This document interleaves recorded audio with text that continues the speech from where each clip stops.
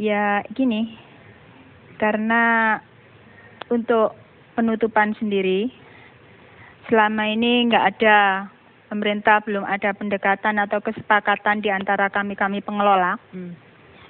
Ya kami mendengar dengan kata-kata tanggal 19 atau 18 itu bagi kami hanya isu. Karena kami sendiri yang bersangkutan tidak pernah ada kejelasan atau ada kesepakatan antara pemerintah dengan yang bersangkutan di sini, yang Tapi dibawa. Kan, tahunya dari mana nih? Kan sudah disosialisasikan 5 hari lagi akan ditutup gitu. Iya, itu kan lewat media atau lewat tidak ada perwakilan dari pemerintah mungkin yang datang langsung ke sana untuk menyampaikan rencana penutupan, duduk bersama berbicara dengan warga Doli mungkin dari perwakilan. Yang jelas tidak ada. Tidak ada? Yang jelas tidak ada. Hanya kemarin ada, yaitu dari salah satu partai itu yang dari wakil dari Wawali itu turun memang akhir-akhir ini.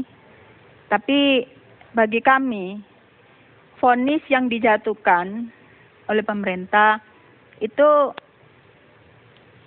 yang bikin kami ini bingung. Kenapa? Soalnya kami tidak tahu kami ini mau diapakan dan kami tujuannya apa. Tujuannya jelas kan pemerintah mengatakan ini Doli ini sebagai pertama ada sarang kriminalitas di sana, juga pusat bisa jadi penyebaran penyakit seksual menular di situ dan juga merusak moral generasi muda. Kan jelas itu alasan pemerintah.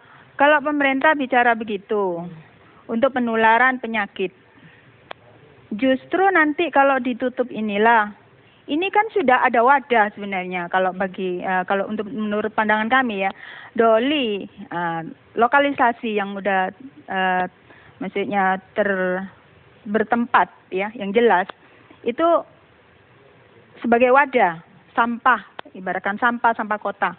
Kalaulah nanti dibubarkan ini, yang terjadi apa? Di luaran itu, justru luar itulah yang gampang untuk menyebarkan penyakit. Kalau di sini kesehatan tiap minggu ada kontrol kesehatan. Untuk menghindari itu kan makanya pemerintah memberikan pelatihan macam-macam tuh. Untuk pelatihan. Dibekali dengan keterampilan gitu untuk para pekerja. Yang jelas di sana tidak ada. Yang ada memang banyak kan langkah-langkah pemerintah ini yang namanya pelatihan. Pelatihan itu tidak jelas pada kami, pada anak-anak kami. Ya, seperti diadakan pelatihan sehari 2 hari sudah. Apa itu cukup untuk bekal mereka yang di luar untuk pulang? Coba kita tanyakan langsung ke Mbak Melati. Kira-kira kalau misalnya nanti Mbak Melati diminta untuk berhenti bekerja sebagai wanita harapan di sana, perempuan harapan, mau apa enggak? Kalau menurut saya gini, saya disuruh berhenti juga mau, asalkan saya dikasih kerjaan yang jelas. Dan uang untuk saya, untuk memulangkan saya itu berapa? Kalau cuma uang 5 juta, buat modal apa? Uang 5 juta tuh bisa-bisa sebulan pun juga nggak cukup untuk menyukupi anak dan keluarga saya. Tutup nggak apa-apa, asalkan saya dikasih pekerjaan yang layak, yang lebih jelas. Jangan sok ngomong kasih pekerjaan jadi penjahit. Penjahit itu apa?